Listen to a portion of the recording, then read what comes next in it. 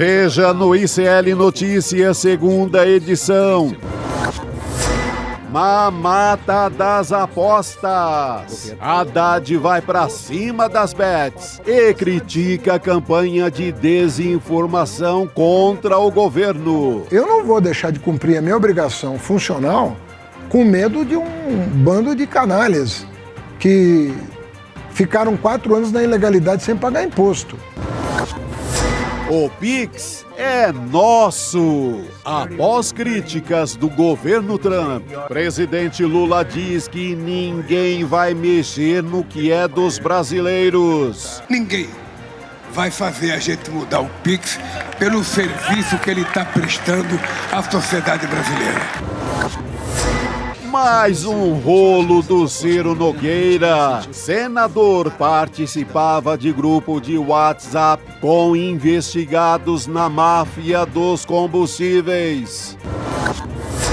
Dudu não cansa de ser ignorado por Trump. Eduardo Bolsonaro diz que vai levar denúncias contra o TSE às autoridades dos Estados Unidos. O ICL Notícias, segunda edição, está no ar.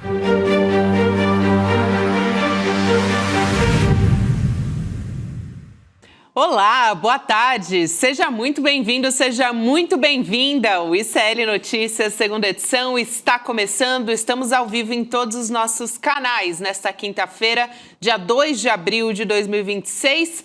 Quinta-feira com um gostinho de sexta, Chico Sá. Boa tarde para você. Boa tarde. No meu tempo, ali quando eu era muito jovem, a Semana Santa era inteira feriado lá no Ceará. Agora estamos aqui com muita honra trabalhando, vamos embora. Vamos embora. Aliás, temos visita ilustre nessa semana aqui, que é Leandro Demore, diretamente do Rio Grande do Sul. Ah, rapaz, eu achava que era missa de corpo presente, achei que ia entrar aqui. A gente queria, mas ele já tá com um pezinho no feriado, né? Eu tinha me preparado para cantar uma música do Teixeirinha com ele.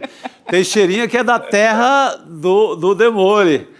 Meu ídolo de infância também. Boa tarde, meu querido. Bem-vindo. Boa tarde, Teixeirinha. Tem uma estátua no centro da cidade aqui, Chico. Conheço. E aí, no ano passado, que você conhece, né? Que já tem a Feira de Literatura aqui, é muito famosa, né? Sim. Aliás, você veio pra feira, se não me engano, não foi? Sim. Fui na feira. É. A Feira de Literatura, Gabi, recebeu Chico Sá, Chico Buarque... assim, é só, entendeu? Só gente desse nível. Só grandes assim, nomes, né? Tamo bem. Da cultura brasileira, incrível. Que é a terra também do Tasso de Castro, né? Tasso de Castro, isso, e Múcio de Castro também, né? É. A família. Aliás, o jornal fundado pelo Tasso de Castro existe até hoje, chama O Nacional, um jornal centenário, né? Um dos poucos jornais centenários do Brasil ainda hoje. E fora isso, no ano passado teve uma estátua do Bolsonaro que tentaram colocar numa praça aí, semanas depois ela foi encontrada jogada num ferro velho, então temos pelo menos uma boa notícia. Essa é inspirada Bravo povo de Passo Fundo. Dos mesmos criadores de quem botou fogo no Borba Gato em São Paulo, né? Bandeirante. Totalmente. O espírito é meio que o mesmo aí, né? A mesma história. É isso aí, muito bom, gente. A gente já aqui pensando em sextar, mas tem muita notícia para a gente trazer. Aliás, hoje foi um dia especial lá no ICL Notícias, primeira edição.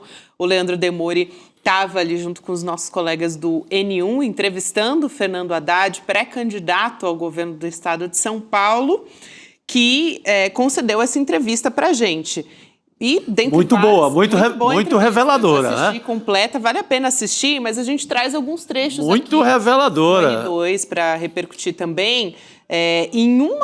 Um desses trechos que a gente vai avaliar aqui é sobre as bets, né? As casas de apostas esportivas que, segundo o Haddad, e a gente também pode conferir com os nossos próprios olhos, né? Promoveram uma campanha de desinformação contra ele, não só contra ele, mas também, né, depois da decisão de tributar esse setor. Então, vamos começar por esse trecho, tem muito a ser discutido e analisado. Então, vamos começar por aí, pessoal.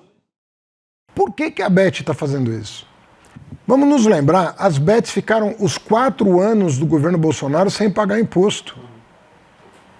Essas bets que aliciaram, inclusive, crianças para o jogo, Essas bets ficaram 4 anos, ao contrário de uma farmácia, de uma padaria, de uma loja, de uma indústria, de um serviço, de um cabeleireiro, de um padeiro, elas ficaram sem pagar imposto nenhum.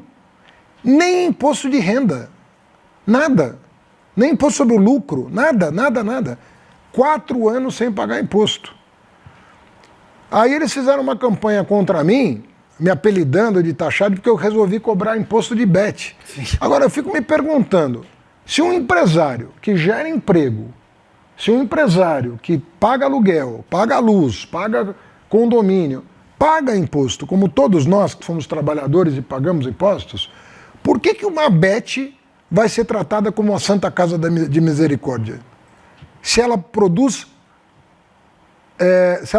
doença e não saúde.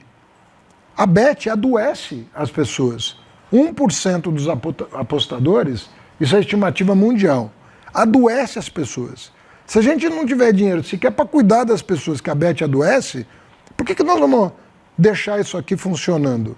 O presidente Lula, inclusive, está estudando se mantém essa autorização que o Bolsonaro deu para as bets funcionarem.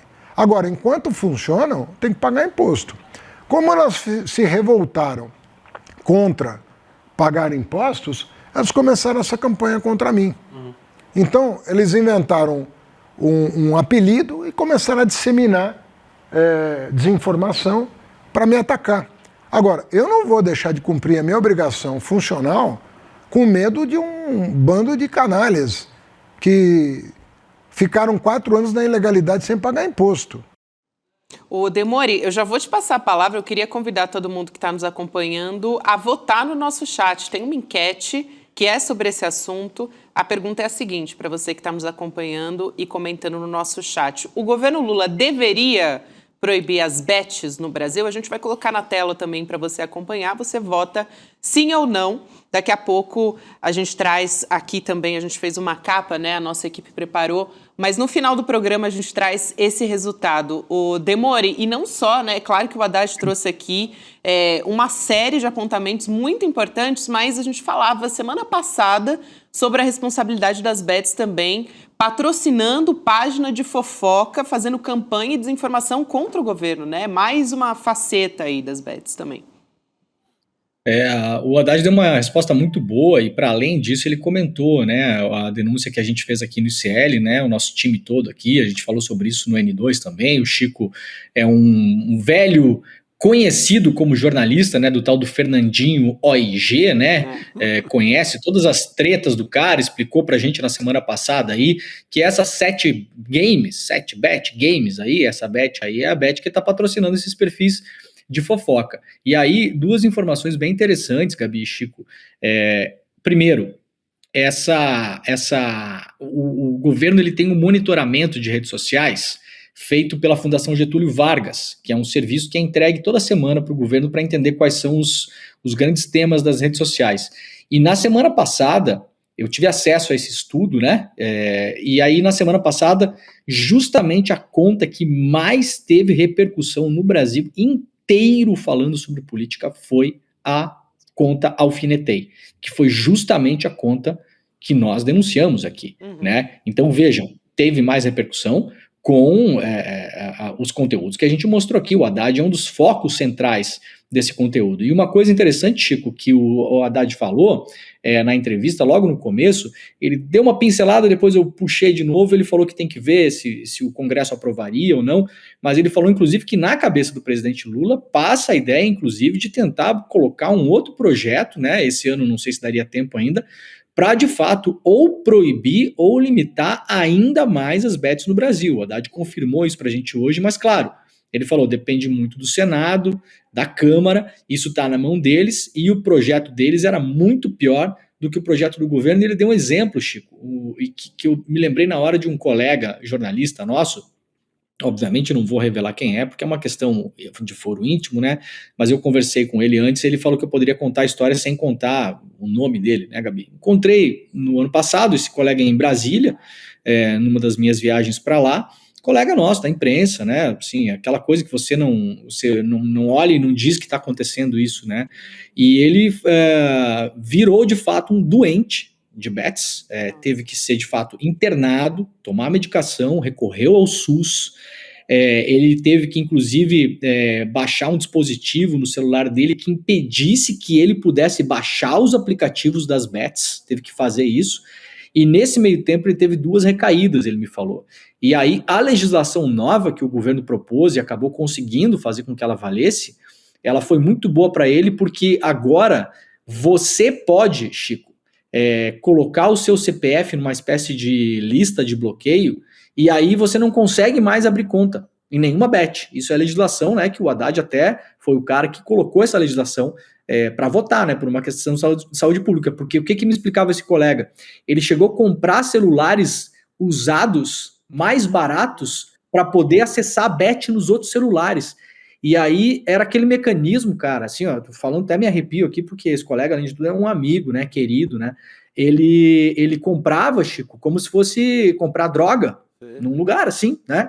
Ia com o celular para casa, baixava o aplicativo, fazia algumas apostas, depois se arrependia, batia o arrependimento, a ressaca, jogava o celular fora, porque é um cara que ficou devendo para familiares, para amigos, adquiriu dívidas gigantescas para o padrão salarial dele, e falou, cara, eu estava me sentindo assim, comprando droga ilícita, ia comprar um celular escondido dos meus familiares, aquele celular eu deixava escondido em casa, que era o celular só para eu jogar, e agora com esse bloqueio, por exemplo, não adianta ele comprar outros celulares, porque o CPF dele fica bloqueado para jogos no Brasil. Então, muito interessante esse segmento aí, Chico, sobre as bets, que o Haddad trouxe para a gente hoje de manhã no N1, nessa entrevista exclusiva para o ICL.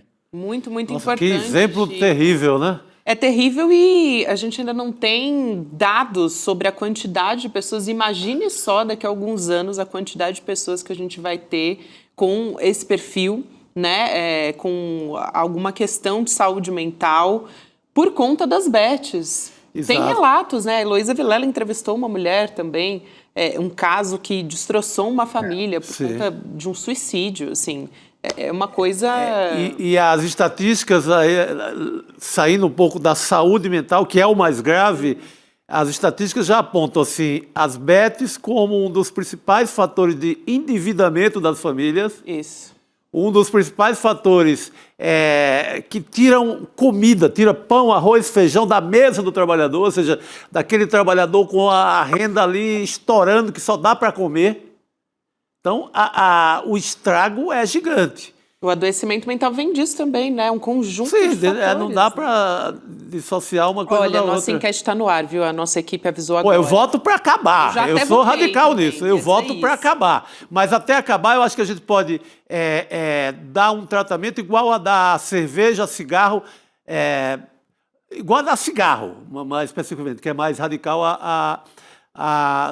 o regramento, né? Que eu acho que deve propaganda, se vai ter na TV, que tenha depois da meia-noite ou de 11 para cima, mas que tenha todas as amarras, que até chegar a uma proibição, que eu acho que é o ideal, é que você faça como a França fez, tirou das camisas dos jogadores de futebol. Se uma criança compra uma camisa, ela não pode usar a camisa do Grêmio ou do Santos ou do Sport Recife, que tem a bet.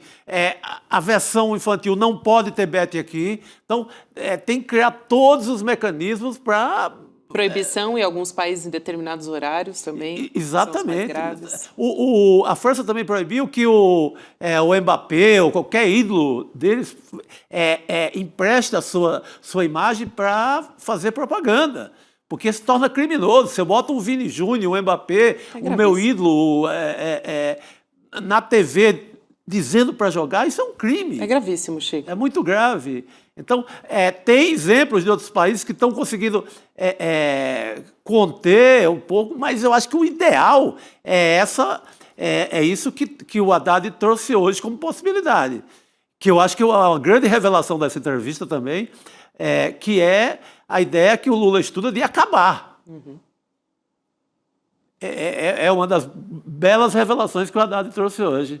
É isso, a gente vai voltar depois a falar da entrevista do final da tarde. Ele falou sobre vários outros assuntos importantes, sobre a taxação das brusinhas, né, que ficou conhecida nas redes sociais como as brusinhas. Depois a gente vai falar sobre isso também. Tem diversos assuntos Uma coisa que o chat tem reclamado desde ontem muito, que a enquete não aparece para eles quem está no chat. É porque está no Instituto Conhecimento Liberta. Então, você que está no YouTube, porque tem mais de um canal. Estão dizendo aqui, é só para os funcionários do ICL? É no canal do Instituto Conhecimento Liberta. Então vai lá que você vai... Aqui, matou a charada, Sá. Vai lá no Instituto Conhecimento Liberta, que neste canal estará disponível para você. Boa, Gabi. Exerça o seu voto. Boa. Eu quero trazer um outro assunto aqui, Demore, contigo, que é o seguinte, é sobre o senador Ciro Nogueira integrando um grupo de WhatsApp com empresários investigados por supostas fraudes no setor de combustíveis. Gente, a Polícia Federal chegou a essa conclusão, não sou eu, é a Polícia Federal, a partir de mensagens analisadas pela Operação Carbono Oculto. Esses dados foram obtidos com quebra de sigilo telemático do Aran Santiago Girão Sampaio e Danilo Coelho de Souza. Eles são alvos da investigação, por adulteração de combustíveis, fraudes comerciais, ocultação de bens e lavagem de dinheiro, aqui elencando a investigação. E essa informação saiu na revista Piauí dessa semana, que publicou até o seguinte, que o Danilo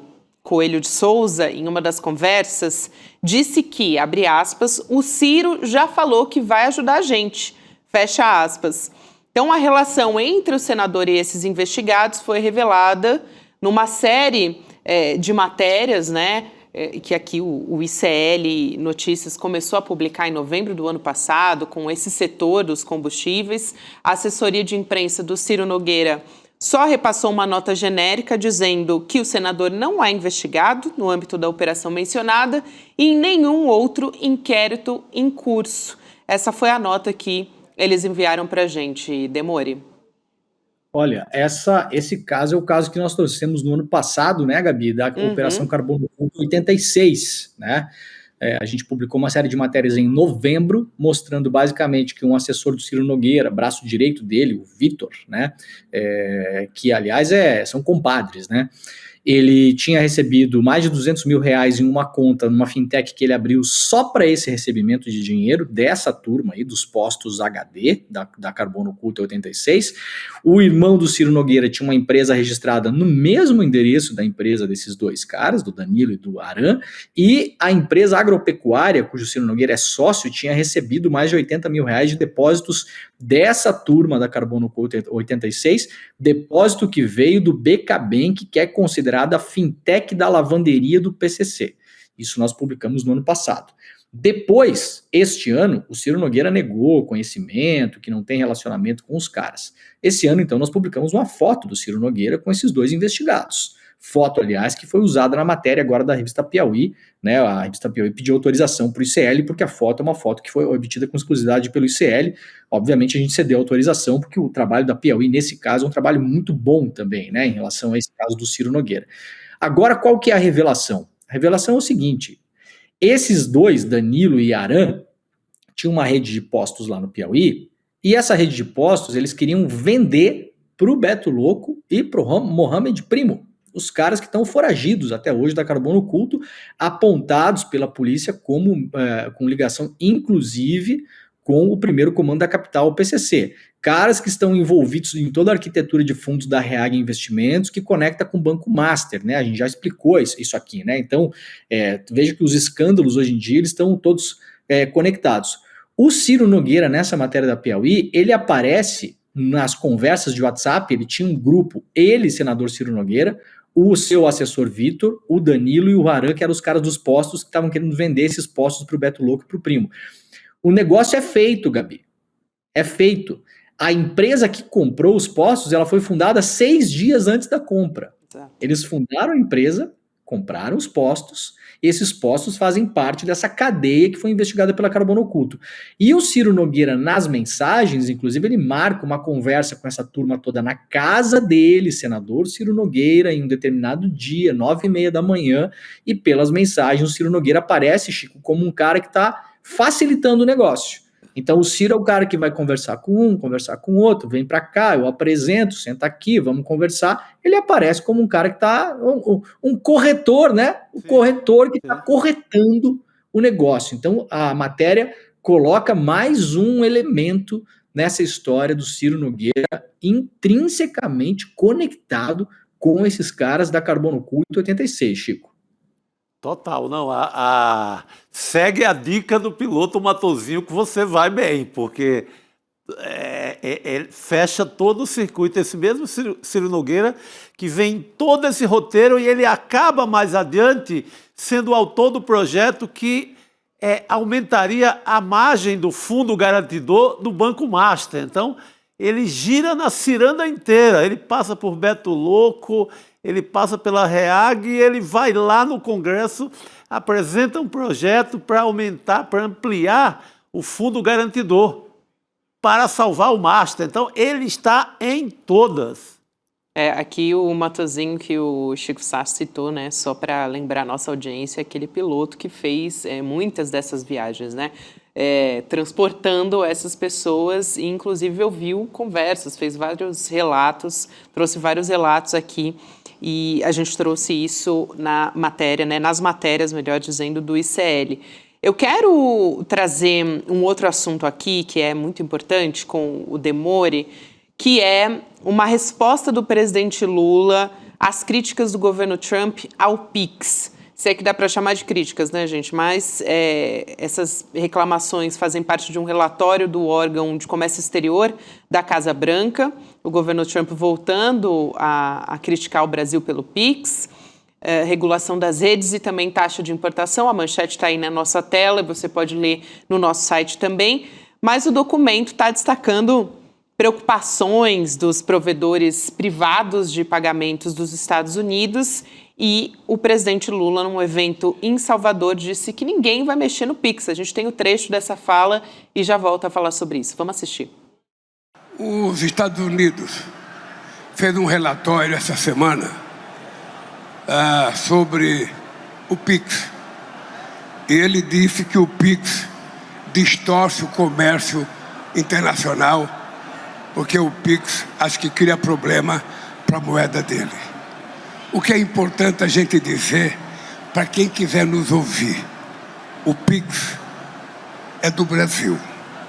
E ninguém vai fazer a gente mudar o PIX pelo serviço que ele está prestando à sociedade brasileira. O que nós poderemos fazer é aprimorar o PIX para que cada vez mais ele possa atender à necessidade de mulheres e homens desse país. Foi tema de campanha nas redes sociais, o presidente Lula fez uma postagem também que a gente coloca aqui na tela. Não é a primeira vez, né, Demore, que a extrema-direita torna o PIX brasileiro alvo, até a nossa própria extrema-direita brasileira já atacou o nosso PIX, enfim, já compartilhou informações falsas a respeito disso.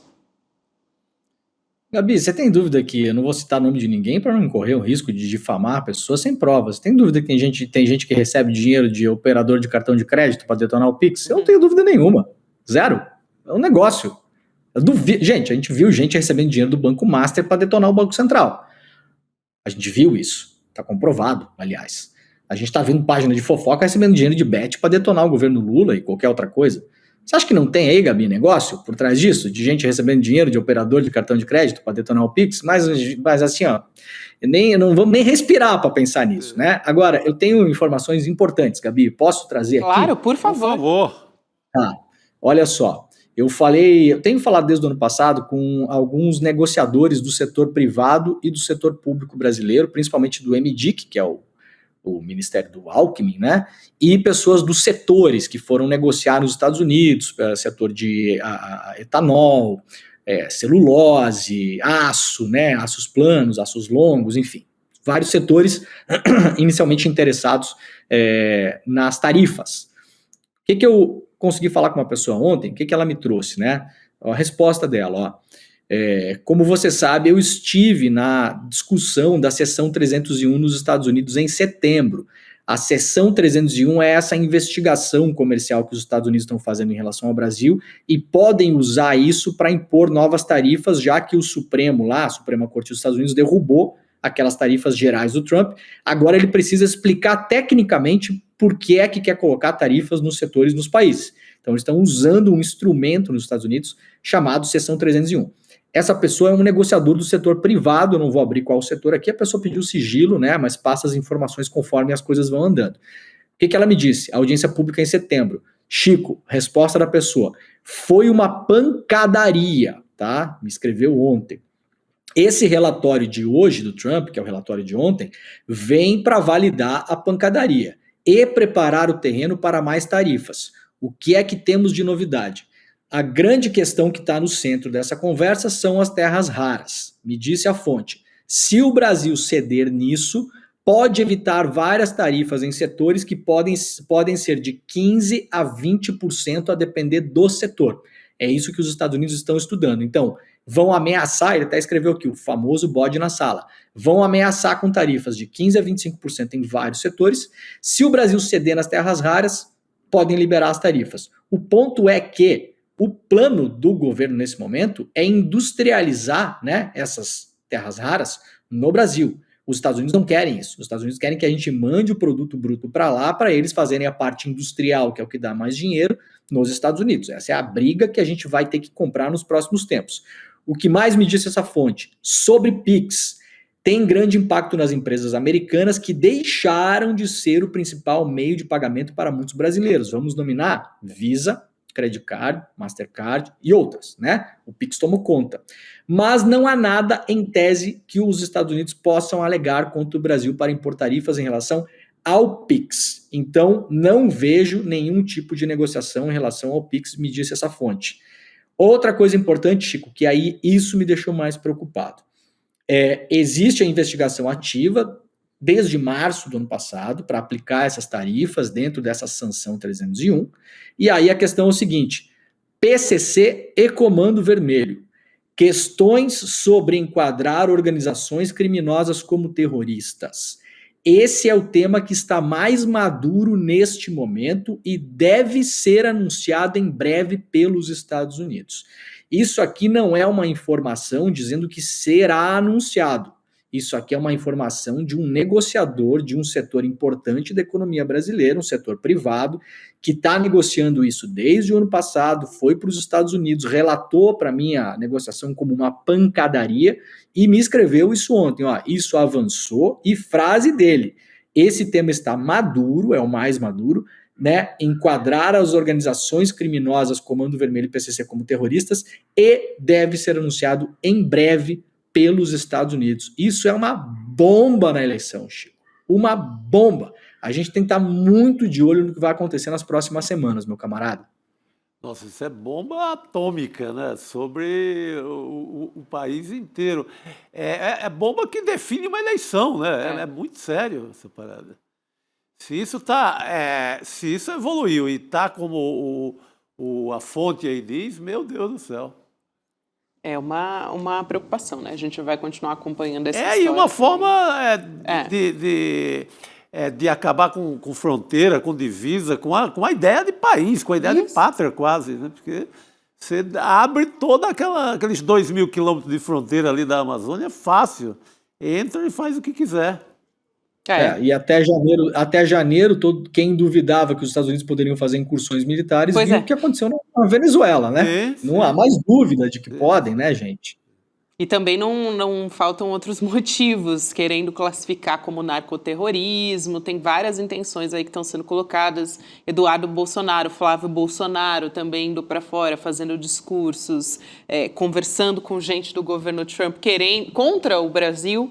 Então, enfim, tá colocada aí, né, gente, a disputa e tem muita gente jogando baixo também nessa disputa. Agora, Demore, a gente está falando aqui sobre fronteiras, eu acho muito oportuno você estar aqui nesse momento, porque vamos ter um documentário na semana que vem, a estreia de um documentário, já dá para dizer que é na semana que vem, né, porque é domingo, não esse agora, que é feriado, no próximo Vai para a China, Eduardo, já tivemos da Argentina, de Cuba e agora da China, que eu acho que não tem um momento mais oportuno do que esse para falar sobre China, né? Com essas movimentações geopolíticas todas que dizem respeito à China também. Exatamente, tudo isso tem a ver com a China, né, Gabi? Claro. Imprimes, como se diz, não tem a ver com o Brasil, tem a ver com a China, né? A China hoje ela processa 80% das terras raras do mundo. Essas terras raras são metais, né? Que fazem os semicondutores, então para produzir geladeira, televisores, carros, maquinário, equipamento hospitalar, né? Tudo coisa que a gente não vê depende de terras raras. A China hoje ela processa 80%, não só porque ela tem capacidade de mineração, porque o processamento disso é um procedimento industrial muito sofisticado, né? Tá na fronteira tecnológica. Os Estados Unidos não têm nem o maquinário ainda, como o chinês hoje. Os Estados Unidos estão correndo atrás. Para isso, eles precisam do Brasil. Então, o Brasil é a vaca leiteira dos Estados Unidos para competir com a China. A questão dos Estados Unidos não é o Brasil. A questão dos Estados Unidos é a China. A China agora, eu acho que até esse ano ainda, né, e a gente vai ver muito disso do documentário, porque a gente conhece muito pouco a China, né? A China, esse ano ainda, a gente vai ver exemplos parecidos, vai inaugurar uma fábrica, uma máquina, que tem a capacidade de produzir os chamados nanochips, que são os chips praticamente, né, invisíveis a olho nu. Eles são feitos numa impressora, Gabi. A TMC, que é a empresa que produz chips lá em Taiwan, ela é a empresa que tem essa máquina, né, a máquina mais avançada do mundo.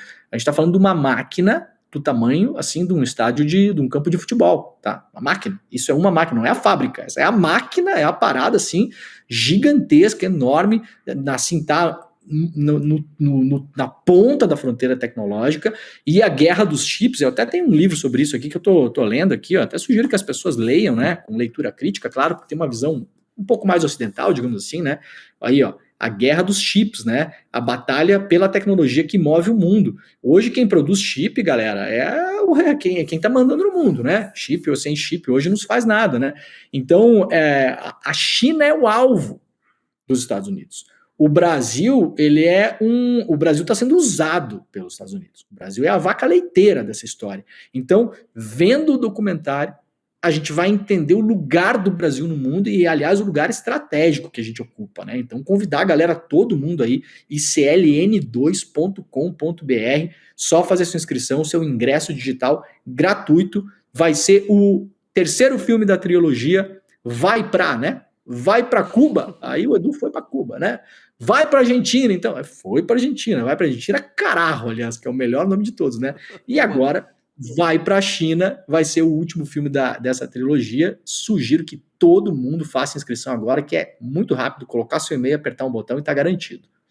É isso aí, Demore. Acho fundamental a gente trazer essa discussão nesse momento. O Demore falou da China, né? Em primeiro lugar, o Brasil tem a segunda maior reserva do mundo. Não é por acaso que... E o Brasil não cai nessa história, essa historinha de ser o fazendão do minério e mandar o negócio bruto. Isso. Tá na hora de ter sabedoria e fazer o chip, né? E o governo está de olho nisso também. Tá. Falando em Terrabras e tudo mais. Sim. Muito bom, Demore. Bom ter você aqui com a gente nessa quinta com gosto de sexta-feira. Bom feriado para você. Semana que vem a gente se vê. Valeu, meus amados. Boa Páscoa. Valeu, semana que vem estou com vocês. Beijo. Beijos. Boa noite, querido. Páscoa Valeu. pra você também. Rodrigo Viana tá chegando aqui, hein? Para conversar com a gente. Continuar falando sobre a entrevista que o ex-ministro Fernando Haddad concedeu ao N1 hoje. E tem, assim, eleição, tem muita coisa. Pode tem chegar muita coisa. aqui. Aí, no caso, não é vai para Cuba, não é vai para China, nem vai para Argentina, é vai Corinthians. Ontem foi uma tragédia. 3-1 para o Fluminense. Eu não quero falar sobre isso. É muito ruim. Falar sobre isso. Vamos falar de assunto importante. Não sei, vocês ficam andando com a bola para coisa de futebol. Tava reclamando. Eu não sei mais o que fazer aqui. Todo mundo reclamando que não tem a enquete, que não consegue responder. Ou seja, tá todo mundo querendo responder a enquete. Mas não está conseguindo. Não tem mais no chat. Então vai lá para o Instituto Conhecimento Aí Liberta. tem gente que não está encontrando lá e tal, mas vamos achar. Provavelmente porque está assistindo pelo outro canal. A gente transmite o ICL em vários canais. Tá vendo? Mas é no canal do Instituto Conhecimento Liberta que você lá consegue tem enquete. votar Lá na enquete. Não tem erro, acabei de votar aqui. Rodrigo, eu quero Diga. trazer aqui mais um trecho da entrevista do Haddad ao N1. Muito boa. Falando sobre a questão aqui do conservadorismo no estado de São Paulo, mas falando das melhores administrações que São Paulo já teve, que foram as progressistas. Na capital. Diz o Haddad. Isso, a gente vai assistir aqui um trecho, ele fala do conservadorismo de uma maneira geral. Mas né? as administrações que ele diz foram na capital. É, porque Também. a esquerda nunca governou o estado de São Isso. Paulo. né? Exato, mas a gente teve Erundina. Teve São Paulo, 3 teve o administrações, Haddad. né? A Erundina, a Marta e o Haddad. Isso. E o PT administrou várias cidades, né? Do interior paulista, cidades grandes até, Isso, né? exatamente. Ribeirão Preto, Campinas, São Franca, Carlos. São Carlos, Santo André, São Bernardo do ABC. Então a gente teve a Atlas Intel com o Haddad mostrando uma força maior Sim. nas intenções de voto. A gente vai assistir ao trecho dessa fala repercutindo Vamos ver. o ex-ministro Fernando Haddad. Vamos assistir. Se a gente for temer dialogar com quem pensa diferente, nem é bom disputar, entendeu? A verdade é que a política se faz com a construção de novos consensos, de novas possibilidades, entendeu? Eu entendo que há um conservadorismo histórico, mas eu entendia também, em São Paulo, antes da eleição da Erundina, as pessoas diziam que nunca um partido progressista ia ganhar São Paulo. E assim, muito francamente, as melhores administrações de São Paulo foram as administrações progressistas, que deixaram um legado, deixaram as finanças em ordem, deixaram uma visão de futuro para a cidade. Pega a minha administração, o plano diretor, as obras que foram licitadas no meu tempo. Se você pegar o grau de investimento que o São Paulo obteve, foi a primeira vez, foi na minha gestão. A renegociação da dívida da cidade foi na minha gestão. Tudo isso aconteceu e São Paulo já teve 3 administrações progressistas, né?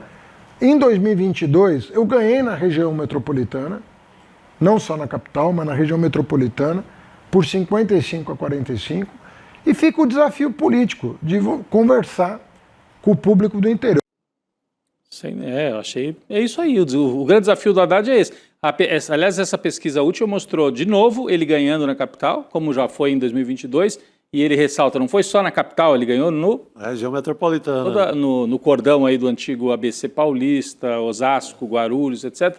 O Haddad ganhou do Tarcísio em 22. Isso. Ganhou bem no ABC, na capital, Osasco, Guarulhos, mas perdeu feio no interior, né? Uma diferença maior, e aí o Tarcísio tirou a diferença no interior paulista. O grande desafio é como dialogar com o interior paulista conservador. Mas nessa Atlas o Tarcísio está com 49 e o Haddad com 42. Uma diferença bastante pequena. É uma diferença abaixo do que deu na eleição de 2022, que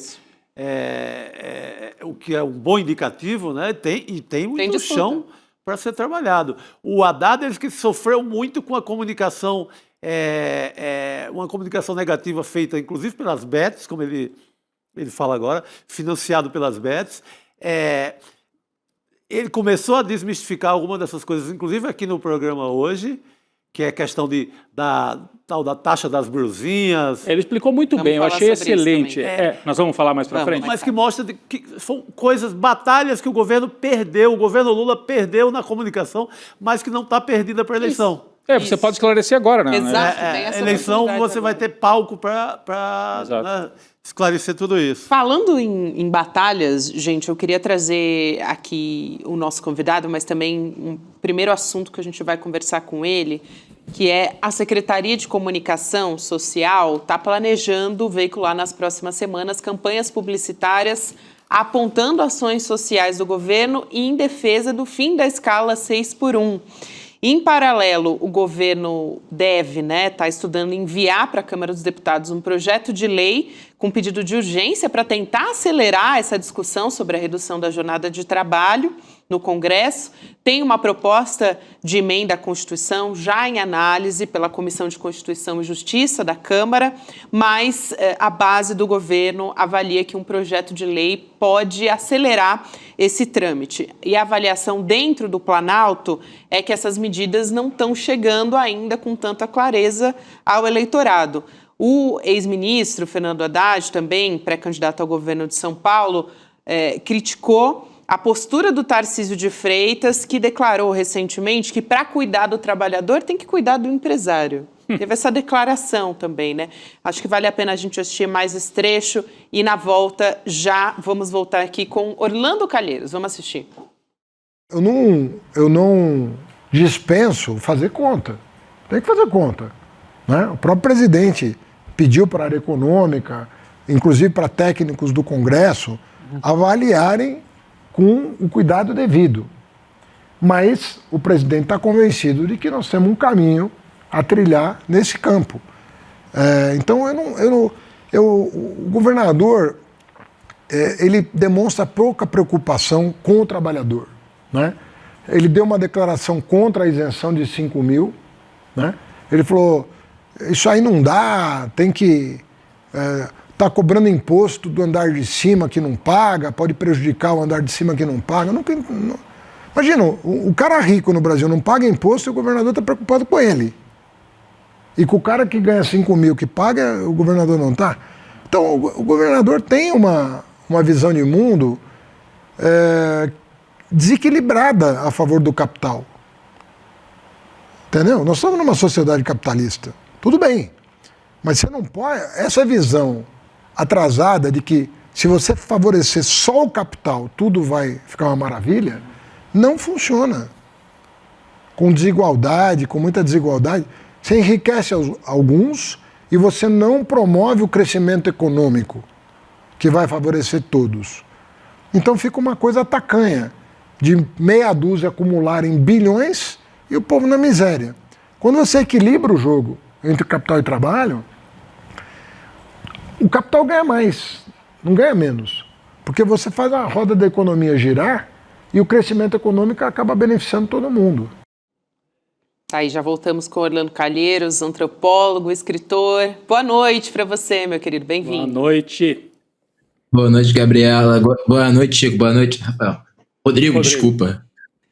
Orlando, imagina, eu queria aqui repercutir contigo, claro, a gente trouxe essa fala do Haddad demonstrando, né, falando sobre essa pouca preocupação, para dizer o mínimo, do Tarcísio com o trabalhador, mas também essa avaliação do Planalto de que essas informações, que essa comunicação precisa chegar melhor para a população. Queria ouvir sua avaliação sobre isso também. É o famoso antes tarde do que mais tarde, né?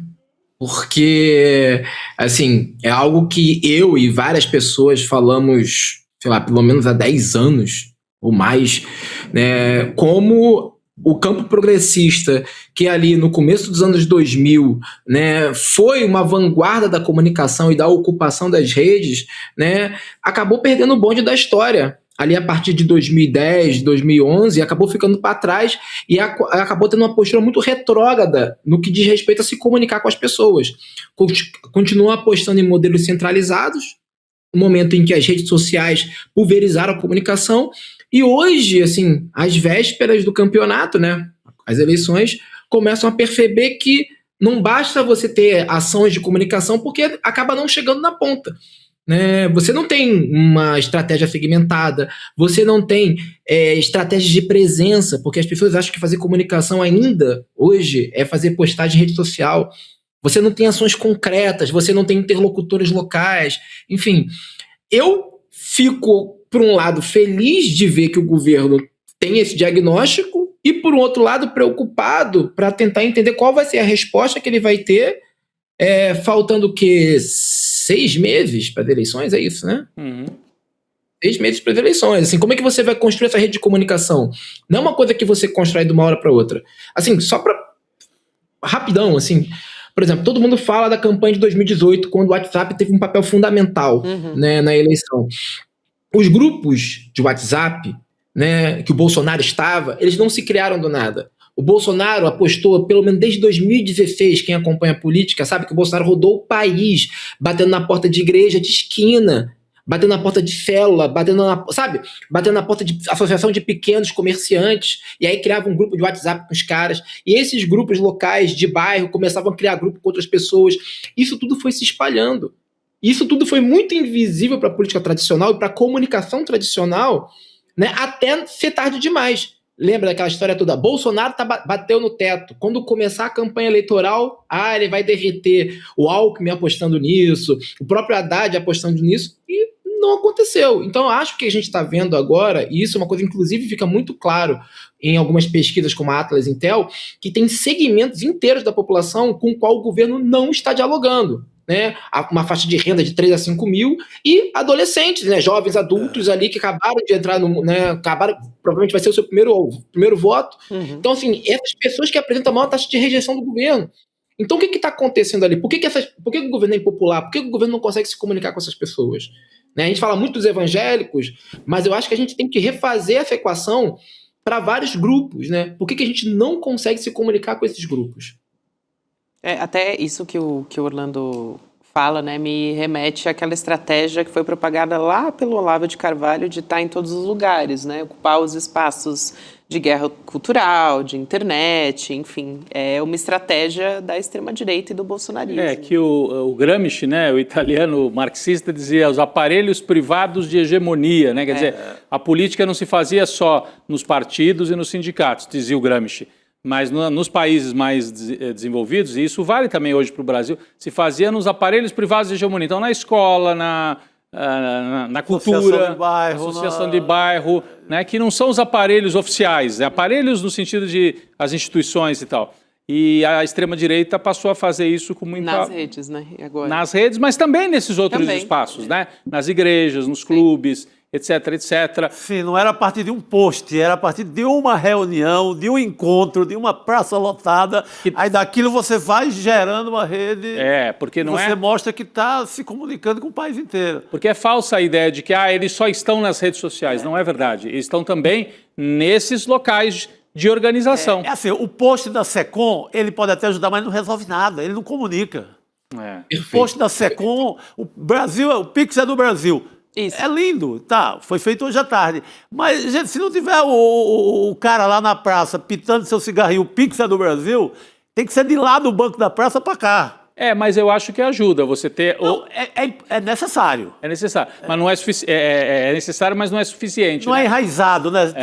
Tem que ter uma cadeia, como fosse ali uma transmissão. Agora, a pergunta que eu me faço, até voltando para a fala do Haddad e o que a Gabi trouxe, que o governo agora está apostando num projeto próprio de acabar com a escala 6:1, né? 6:1. Havia uma grande expectativa, Orlando, na aprovação do projeto que passou de isenção até R$5 mil, de isenção do imposto de renda.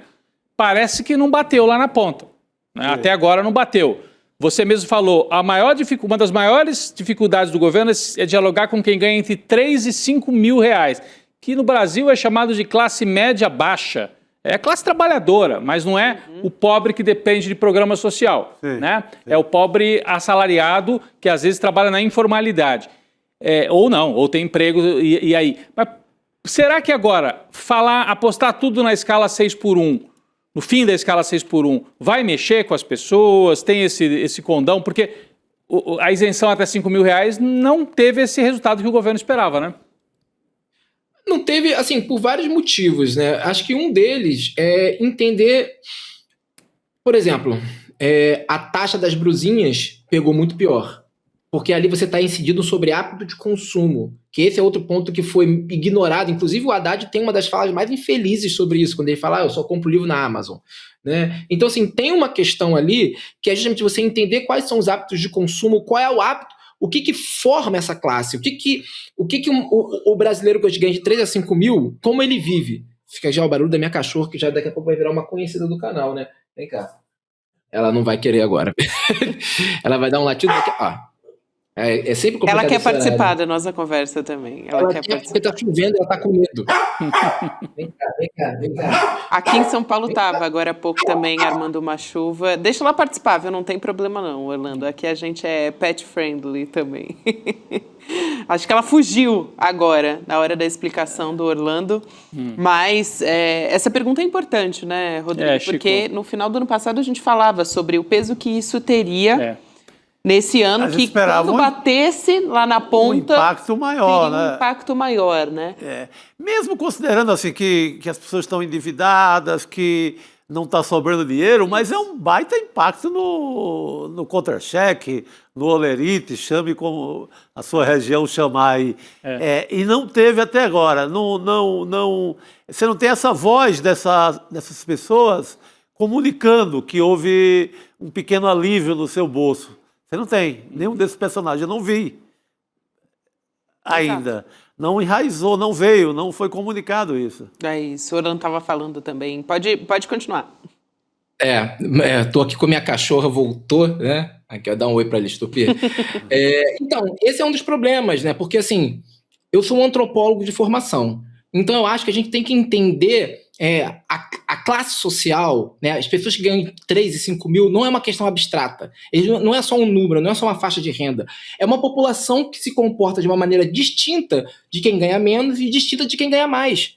Né? Você tem que entender sobre onde que essa população está sendo asfixiada e aí pensar medidas para, de certa forma, ganhar a simpatia dessa população. Por exemplo, o fim da escala 6x1, que para mim é uma das pautas mais urgentes do Brasil nesse momento, infelizmente, com essa população não deve gerar tanta repercussão.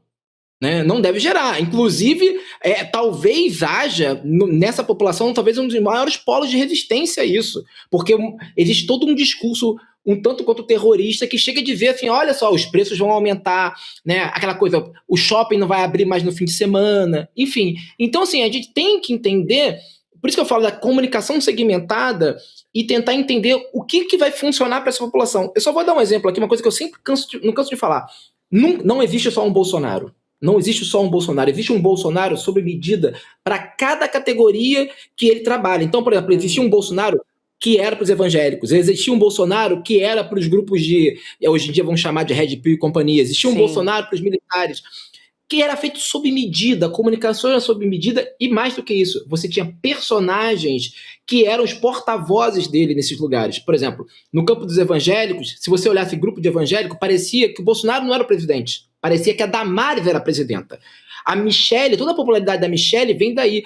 Todo esse... Né, guerra espiritual, a linguagem, exato. Esse capital político que ela tem nessas eleições vem disso. Uhum. Então esse que é uma questão que está em jogo. Essa é uma questão que está em jogo agora, entendeu? Então quem é o interlocutor do governo nessa faixa de renda? Quem é? É isso que a gente não sabe, né? Muito bom, muito bom. Ela concorda. Ela acabou de concordar, exatamente. É isso aí, Tupi. Tupi maravilhosa. Eu quero aproveitar esse gancho para até trazer a outra questão do noticiário aqui, que foi o Eduardo Bolsonaro dizendo que ainda não desistiu de pedir ajuda ao Trump. Acho que isso está muito claro, né? Nunca voltou ao Brasil, continua lá tramando contra o próprio país. Mas a ideia é interferir realmente na nossa eleição presidencial, né? Ele deu uma entrevista ao portal Metrópolis, ao Paulo Capelli, dizendo que vai apresentar denúncias ao governo Donald Trump e outras autoridades também americanas, caso enxergue parcialidade do TSE, ele, Eduardo Bolsonaro. A gente vai ver aqui um trecho do que ele disse, colocar na tela. Abre aspas, a Casa Branca, a deputados, a senadores e a quaisquer outras pessoas que tenham algum poder efetivo ou mesmo notoriedade, seja nas redes sociais, seja dos jornais internacionais. Onde eu estiver espaço, onde eu for consultado a levar informação, ali eu estarei para me expressar. Está muito alinhado com aquele discurso do Flávio Bolsonaro na CEPAC também, falando de uma interferência nas nossas eleições. Então, o objetivo é esse, né? Também não é muita novidade para ninguém, mas começou, de fato. Estão colocando isso... Ele só coloca de forma mais direta. Vai questionar, vai seguir a mesma ladainha do pai em 2022, questionar as urnas, vai levar isso para o TSE, a mesma história. Que não deixa de ser uma ameaça para uma figura que já é réu. E ele vai ter um TSE mais afinado com o bolsonarismo, que é o TSE do Cássio e do André Mendonça. Do Cássio e do André Mendonça. Então, eles podem ter realmente uma repercussão gigante nisso e aceitação de questionamento. Na votação lá, eles ainda perdem. Você viu que no caso do Cláudio Castro, acabou sendo 5-2 pela cassação, né? Mas você ganha em todas as liminares. Você já faz um estrago na eleição. Sim. Chega a liminar na mão do Cássio, autorizado. Tira do ar o vídeo do Lula, por exemplo. E muitas vezes o presidente é que toma essa decisão, né? Liminarmente. Né? Ou proíbe o comício em tal lugar. Então você ganha, se você ganhar 2 liminares por semana, você mata a eleição. É perigoso mesmo. Então, na verdade, é a gente que devia estar denunciando o risco que os setores democráticos correm na eleição. Exatamente. Então, eu acho que é uma espécie de vacina, já que a extrema-direita... Além de seguir o manual, né, que toda eleição eles já contestam por antecipação, o Trump fez isso na outra, o famoso stop the count, né, quando ele começa a perder, ele manda parar a contagem. E você mantém a fama de antissistema também, né, com isso. Você mantém a fama de antissistema e, ao mesmo tempo, é uma espécie de vacina, né? Se o TSE fizer alguma coisa a favor deles, fica estranho, porque eram eles que estavam denunciando, né? Então, é para gerar confusão, é para manter esse assunto também e para agitar a base política deles, que acredita nisso, né? Nessa coisa desse discurso antissistema. Mas é grave, né? Eles estão sinalizando que, se precisar, vão de novo rezar para pneu na frente de quartel se perderem a eleição, não é isso, Orlando? Eu acho que tem uma coisa aí também que, por exemplo, aí permite a eles fazer uma coisa que o pai não fazia, porque o Bolsonaro pai centralizava toda a comunicação nele. Então, ele, ao mesmo tempo, era o sujeito que contestava, né, isso. Não, o Flávio não vai fazer isso. O Flávio adota uma postura um pouco mais, digamos, conciliadora, né? O Flávio, inclusive, tem toda aquela questão da CPI do lava-toga que ele não aprovou e tudo. Já o Eduardo lá fora, ele pode fazer isso sem medo de ser preso, sem medo de trazer consequência para a campanha, porque ele não vai fazer parte oficial da campanha.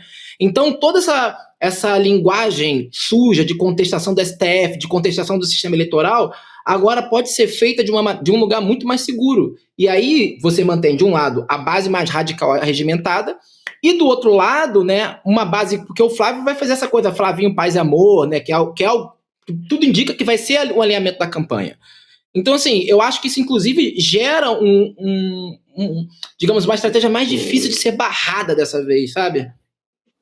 Sim. É isso. Eu até quero... Aqui a gente está falando do Eduardo Bolsonaro, teve provocação ao Alexandre de Moraes também. O Eduardo comentou o pedido de investigação sobre aquele vídeo que ele teria gravado e enviado para o Jair Bolsonaro durante o evento da direita, do CEPAC, lá no Texas. O Bolsonaro, o pai, né, o Jair, está em prisão domiciliar e, por determinação do STF, não pode ter acesso a redes sociais. Tem diversas medidas cautelares que ele não pode descumprir. E também o Eduardo Bolsonaro, em entrevista sobre isso ao Paulo Capelli, em tom de desafio, que quer que o ministro do STF faça a intimação. Então, o objetivo é esse também, né? Desgastar, de alguma maneira, a imagem do STF também fazendo esse desafio. Manter vivo esse conflito com o STF é muito interessante para o bolsonarismo. O Flávio não vai ser esse agente, o Flávio não vai... cabe um soldado mais para fechar o STF, vai fazer ali uma campanha em tom cordial e o irmão... Terceiriza para o irmão, né? O irmão detona para o enfrentamento ao STF. Eu acho que é assim. E aí, se perder, eles têm o discurso de questionamento. Se ganhar, eles já ganham na ofensiva para pressionar o Supremo com possível impeachment de ministros do Supremo, interferência total no Supremo. Então, essa acho que é a tática que está bem desenhada aí para a gente nessa eleição. Sem o risco de ter a campanha anulada, né? Que seria se o Flávio já encabeçasse isso, né? Que é o que acontece com o Bolsonaro, né? O Bolsonaro faz toda aquela movimentação, não, dessa vez não é isso. Dessa vez, quem está fazendo... só meu irmão, mas meu irmão mora fora. Tá falando por ele. Apesar de que o Flávio Bolsonaro falou sobre as terras raras, né? Então não dá assim para tirar totalmente o corpo fora do... Não, falou das terras raras, mas ele pessoalmente até agora não questionou as O STF. O TSE... Mas falou em intervenção. Falou da eleição? Falou em intervenção dos Estados Unidos nas nossas indiretamente sim. É isso. Orlando, bom ter você aqui com a gente. Obrigada. Espero que a gente se veja de novo em breve. E vamos, né? Porque eleições estão aí. Tchau, Tupi, também. Tchau. Que participa sempre. Desculpa, gente. Tupi, Hoje tá demais. É que ela gosta do N2. Ela gosta. Ela gosta de participar junto com a gente. Tá chovendo, então ela tá terrível. Tchau. Imagina, Valeu, deixa o nosso N2 ainda mais carismática a presença dela. Falando em carisma, quem tá chegando aí é Cristina Serra com a gente. Nessa quinta-feira. Abre alas. Para Cristina Serra. Já vou dar boa noite para Cris Serra. Aqui, Cris, boa noite. Boa noite, Gabi, Chico, Rodrigo, todo mundo que está aqui.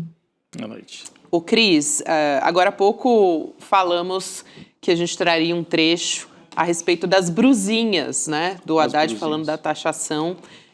Então a gente vai assistir, ele trouxe, quase que assim, destrinchou essa história e também desmistificando um pouco essa questão, né, de quem está cobrando a taxa, quem é que não está. Então a gente vai assistir esse Tudo trecho. que deveria ter dito lá na hora que Pois começou é. a confusão e que ele ganha o apelido de taxade. Ele mesmo falou disso. Ele perde, assim, da maneira feia essa guerra de comunicação. O governo perde, o governo fica... Não há explicação alguma no momento. Pelo amor de Deus. E foi uma aprovação unânime do Congresso que teve ali a articulação dos governadores. A gente vai assistir esse trecho e volta a conversar com a Cris Serra. Vamos lá. Todos os governadores tomaram essa decisão no âmbito subnacional. Não é uma decisão federal. E a segunda decisão foi de 100% dos partidos do Congresso Nacional, que aprovaram por unanimidade uma cobrança mínima para combater o contrabando. Foi isso que foi decidido. Então foi 100% dos partidos no Congresso Nacional e 100% dos governadores. Isso não passou pela mesa do presidente Lula. Não passou. Então, de novo, aí é engraçado que até o nosso campo desinforma, perguntando se eu estou arrependido de uma decisão que eu não tomei. Importantíssimo esse esclarecimento. E assim, ninguém, veja só, nenhum jornalista perguntou para um governador de direita, de extrema direita, se ele está arrependido de cobrar o ICMS sobre importação. E por que não perguntam para ele? Porque é interessante que esse assunto fique cravado como uma decisão do Executivo Federal. E não foi do Executivo. Foi do Legislativo Federal e do colegiado de governadores do país. Do país. Porque não precisava nem de lei para colocar um imposto de importação. Nem de lei, era uma portaria. E o presidente Lula não queria. Mas, diante da pressão do varejo brasileiro, o varejo brasileiro foi aos governadores, o velho da Havan, o cara da Riachuelo, todos os bolsonaristas que você conhece, que tem loja de varejo, foram nos governadores pedir a taxa das blusinhas. Os governadores concordaram com isso. O Tarcísio, o Zema, o Eduardo Leite, o Cláudio Castro, todo mundo que a extrema-direita adora, concordou em atender o varejo brasileiro, que é composto majoritariamente de empresários bolsonaristas. Foi importante ter a oportunidade de desmentir isso, mas tanto é que ficou colada a imagem que o governo está até avaliando uma MP para derrubar essa cobrança. Isso está sendo É um estrago sem estudado. fim, gente, que, pô, não dá para... Eu acho que isso que ele disse hoje por que você não pergunta ao Tarcísio em São Paulo? Porque faltou isso ao longo desse tempo inteiro. Até pra gente que se diz bem informado, a gente não sabia direito. Imagina, né, a população que não tem nem tempo de parar para ver um jornal. Cris. Olha, de fato, eu acho que isso põe em evidência várias coisas, mas fica muito claro que tem aí um problema de comunicação, né? Por que esclarecer isso só agora? Isso não poderia ter sido esclarecido antes? Porque a explicação dele hoje de manhã no ICL é cristalina. Pressão do varejo, que estava perdendo. O varejo, né, os empresários varejistas, comércio, vão até os seus governadores, que pressionam no Congresso pela aprovação da medida, que não é do governo federal, é dos governadores, atendendo a um pleito de empresários do comércio, né, segundo agora dito pelo ministro, ex-ministro, candidato, bolsonaristas. Por que isso não foi dito antes, né, com toda essa clareza? Aí, a gente pode aqui especular um pouco, enfim, imaginar alguns cenários. Nós temos, na época, um Haddad ministro da Fazenda, né, e agora um Haddad candidato ao governo do estado de São Paulo.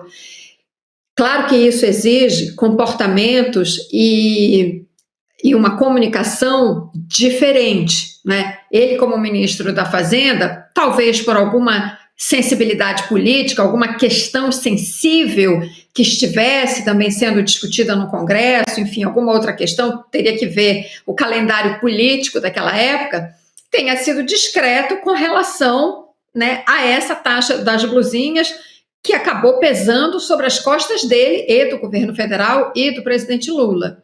Como agora, né, não tem mais não é mais ministro, obviamente, e como candidato fica mais à vontade para explicar certas questões. Agora, é o que o Chico falou há pouco, o prejuízo está feito, né? Porque colou essa imagem do Tachad naquele momento. Isso é muito ruim, né?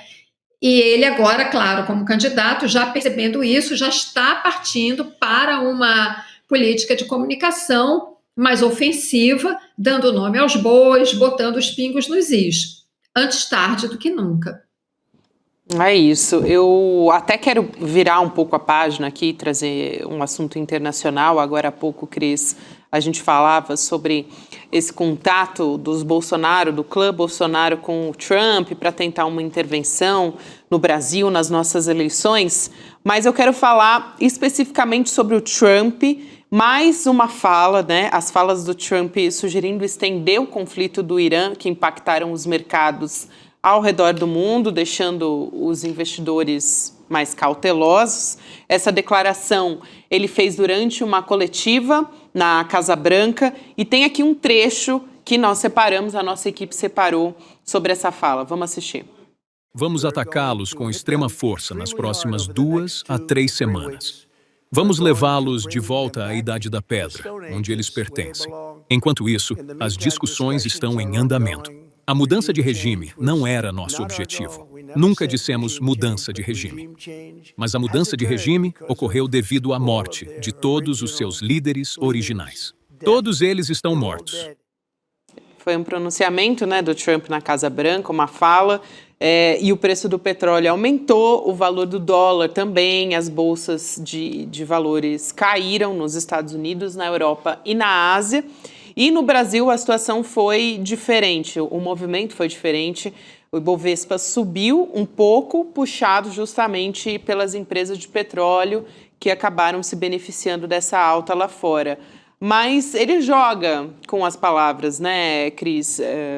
Todos os dias, essa semana, a gente falava sobre negociações com o Irã e agora já muda de novo a história. Enfim. Ô, Gabi, e só antes de passar para ele joga com as palavras e com os mercados. Claro. Né? Porque a fala dele de ontem, eu estou rindo, mas é gravíssimo, né? Jogou o petróleo de novo para cima. E quem estava sabendo do que ele ia falar pode ter ganho muito dinheiro, né? Mais cedo, nos mercados lá. Logo isso vai aparecer nos Estados Unidos. E então tem de um lado o Trump sempre operando o mercado ou permitindo que amigos dele operem o mercado, porque as falas dele fazem subir e descer o petróleo dependendo do que ele falar. E a outra coisa é essa história de mudança de regime no Irã. Não teve mudança de regime no Irã. Você matar o dirigente não quer dizer que o regime mudou. Você matou os dirigentes. No caso da Venezuela, eu acho que é um pouco diferente. A gente tem visto que a presidenta que ficou ali, não houve uma mudança de regime, mas houve uma mudança na forma de tratar os Estados Unidos. Mas no caso do Irã, acho que não dá para dizer. É mentiroso isso, é simplesmente uma mentira. Gente, o Irã se preparou a vida inteira exatamente para isso, para ter uma possibilidade de... Eles são capazes de mudar uma chefia de setor assim em 2 minutos. Pode matar um por minuto que não vai alterar nada. Não precisa procurar no LinkedIn quem vai ser o próximo dirigente. É diferente ali do regime do Maduro, ali numa casta que era você leva o Maduro, leva tudo. É isso. Sem contar que ele está falando do líder supremo, né? Está falando do presidente também. Cris. São 2 situações bem diferentes, Venezuela e Irã. A gente ainda vai entender direito, algum dia, o que aconteceu na Venezuela, mas para mim parece cada vez mais claro que houve uma negociação prévia. O governo dos Estados Unidos, gente de Trump, já estava em conversações com gente do governo da Venezuela. Entregou-se Maduro para preservar, de alguma forma, aquela estrutura de governo, né? De fato, não houve uma mudança de regime na Venezuela. Quem é a presidente? É quem era vice-presidente do Maduro, Delcy Rodrigues, que, aliás, hoje, se eu não estou enganada, teve as sanções que os Estados Unidos tinham imposto à figura dela, ela teve as sanções retiradas. Isso quer dizer muita coisa. Mas a gente ainda vai entender isso um dia. Vamos para o Irã, né, que é a situação mais candente agora. Além dessa questão que o Rodrigo mencionou, do mercado, muita gente está ganhando dinheiro com isso. Cada vez que o Trump fala, já vi algumas matérias na imprensa norte-americana investigando e tentando ver exatamente quem é que está mais se beneficiando dessas falas para ganhar dinheiro. Agora, a gente está num ambiente de total incerteza e volatilidade, porque nós estamos falando de uma guerra que sufocou ali o Irã acertadamente como estratégia para se defender, estrangulou o Estreito de Hormuz, só passa quem ele autoriza, quem ele não autoriza não passa, né? E isso é que, digamos assim, desnorteou os norte-americanos, o Trump. Eles não sabem o que fazer, eles não estavam preparados para essa estratégia do Irã, né, que vem dando certo. Claro que o Irã está pagando um custo altíssimo, está sendo bombardeado todo dia, milhares de pessoas, já mais de 1.000 pessoas, mais de 1.000, 2.000, 3.000, algo assim, mortas. Aquele ataque inominável a uma escola de meninas, enfim, com muito custo, mas o Irã está se defendendo, né? E o Trump, de fato, não esperava por isso, não esperava essa estratégia de defesa inteligente do Irã. De fato, ele disse, já houve mudança de regime. Não houve, tanto é que a estratégia de defesa do Irã continua, né? Não basta matar algumas pessoas na liderança, né? Eles têm uma escala hierárquica que consegue seguir adiante com a estratégia previamente desenvolvida, né, estabelecida, já se preparando de antemão para essa guerra. Eles sabiam que seriam atacados em algum momento. E para encerrar, uma fala que me chamou muito a atenção, uma frase, uma expressão que o Trump usou que me chamou muito a atenção e que mostra a prepotência, a arrogância. E por isso os Estados Unidos erram tanto na sua relação com outros países, que é considerar os outros incivilizados. Ele diz, vamos devolvê-los à idade da pedra a qual eles pertencem. Nada mais enganoso. O Irã é originário, origem no Império Persa, um império milenar que resistiu historicamente a muitas tentativas de invasão e que aprendeu a se defender e que está mostrando essa capacidade de resposta aos Estados Unidos. Nossa, em matéria de civilização não dá nem para comparar, né? Não dá nem para começo. Se você pegar em tudo, né? Da literatura, a matemática, qualquer campo que você for, é um exemplo, talvez um dos maiores da humanidade de civilização. Sim. O Irã. Aí você usa uma expressão preconceituosa dessa, meu Deus, que erro. Não dava para esperar menos. Mas é aquela coisa de achar que nós somos a civilização. Né? Claro. A história do orientalismo, né, do Eduardo Said. Assim, o Ocidente cria uma imagem de um Oriente incivilizado ou menos civilizado para justificar a sua superioridade moral e intelectual, que nada mais é do que uma operação ideológica para justificar por que o Ocidente, aí sim, é o centro do capitalismo dos últimos 500 anos, mas não da história da humanidade, né? Nos últimos 500 anos, o capitalismo, seja na Europa, seja do outro lado ali nos Estados Unidos, dominou. E aí você cria toda uma, né, você tem uma construção ideológica para dizer assim, lá é o Oriente, como se fosse uma coisa assim, os orientais, né? Primitivo, né? Primitivo. Essa é a ideia. A ideia do orientalismo, vale sempre a pena a gente lembrar aqui. Né? Muito bem lembrado. Muito bom. A gente está falando do Trump e agora há pouco falando do clã Bolsonaro, Cris.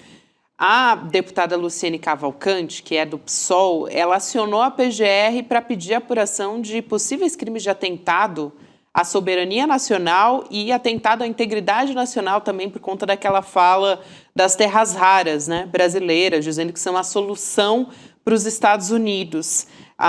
Uma fala que o Flávio Bolsonaro fez durante aquela conferência conservadora nos Estados Unidos. E nessa notícia crime, a Luciene aponta que as declarações revelam nítido alinhamento subserviente a interesses estratégicos de potência estrangeira, que traduzindo aqui, né, para todo mundo, é um entreguismo, no fim das contas. Então, talvez não fique por isso mesmo, essa declaração do Flávio Bolsonaro, que, aliás, usou ali alguns termos e está tentando colar essa imagem, né, limpar a imagem dele e trazer uma imagem de moderado. De moderado não tem nada essa fala, né, Cris? Gabi, eu assisti essa fala do Flávio Bolsonaro, ela é terrível, terrível. Ele tenta, de fato, construir uma imagem que não vai resistir na campanha eleitoral, mas ele tenta construir uma imagem moderado, coisa que não existe, né? Porque o pai dele não é, os filhos não são, né? Mas, enfim, ele está tentando construir essa imagem, mas ele não consegue, né? Porque é da natureza, está no DNA, entendeu?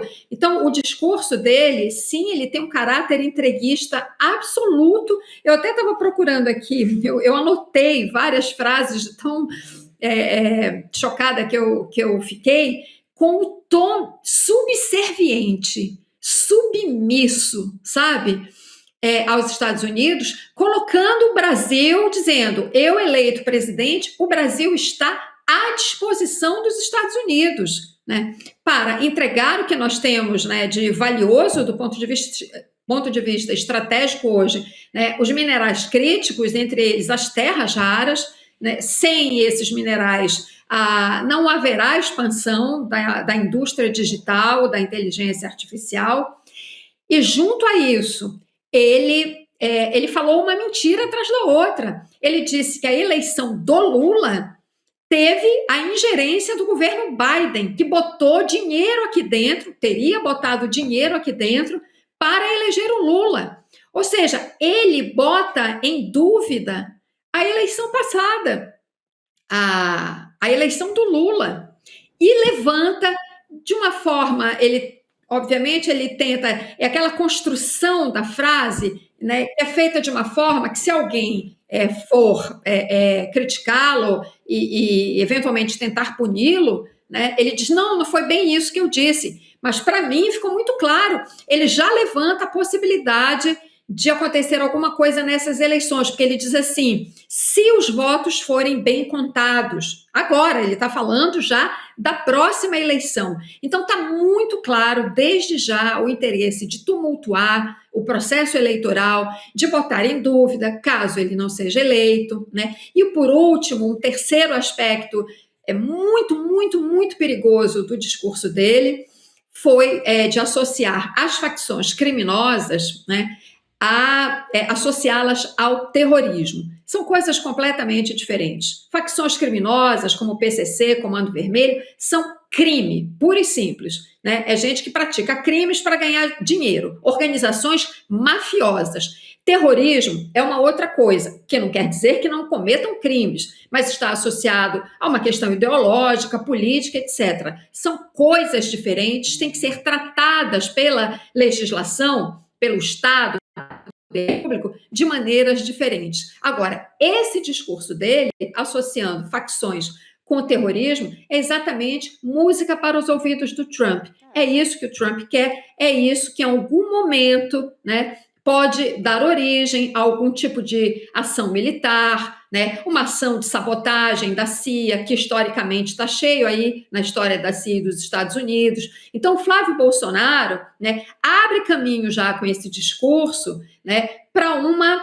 clara associação dele com Trump, né, neste sentido, de fazer da América do Sul, da América Latina, um território onde ele poderá aqui implantar a militarização que ele, Trump, almeja para, de acordo com o que está lá na doutrina Monroe, que ele mesmo divulgou, né, transformar a América Latina no quintal dos Estados Unidos. Isso não pode acontecer e por isso essa iniciativa é muito importante para desmontar essa falsa figura de um Flávio Bolsonaro moderado. Isso não existe. Exatamente, é um Flávio Bolsonaro que quer abrir, né, o Brasil para uma intervenção. A Cris foi muito didática, e eu trazer também mais essa fala sobre o narcoterrorismo também, não só sobre as terras raras. Importantíssima, Cris, essa sua fala aqui. Daqui a pouco a gente vai trazer o resultado da nossa enquete para o pessoal que está votando, Mas tem ainda um assunto que a gente quer trazer aqui, Cris, que é o seguinte: a Polícia Militar de São Paulo decidiu aposentar aquele tenente-coronel Geraldo Leite Rosa Neto. Para você que não se lembra desse nome, é o réu pelo assassinato da esposa. A PM, a soldado Gisele Alves Santana, um caso que, infelizmente, tomou um noticiário por conta daquelas mensagens horrorosas que foram divulgadas, né? Aquela troca de mensagens, um discurso totalmente ligado a movimentos, né? Um discurso muito parecido com o que o movimento Red Pill prega nessas conversas de YouTube, enfim, nas redes sociais também. Essa decisão sobre a aposentadoria foi publicada hoje, nessa quinta-feira, no Diário Oficial do Estado, e com isso ele deixa o serviço ativo e passa a receber a aposentadoria integral. Sabe de quanto, Rodrigo? Aqui, ó.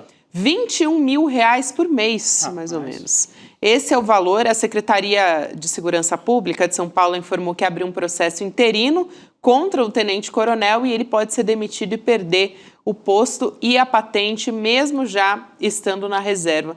Isso é um absurdo e me lembrou muito o caso da aposentadoria compulsória dos magistrados.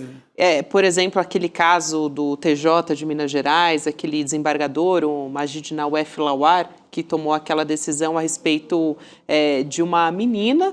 De pedofilia, né? De pedofilia, de uma menina, enfim, ele autorizou basicamente aquele caso, aí voltou atrás depois porque repercutiu muito mal, e aí o que aconteceu? Aposentadoria compulsória, né? É um prêmio, vamos premiar.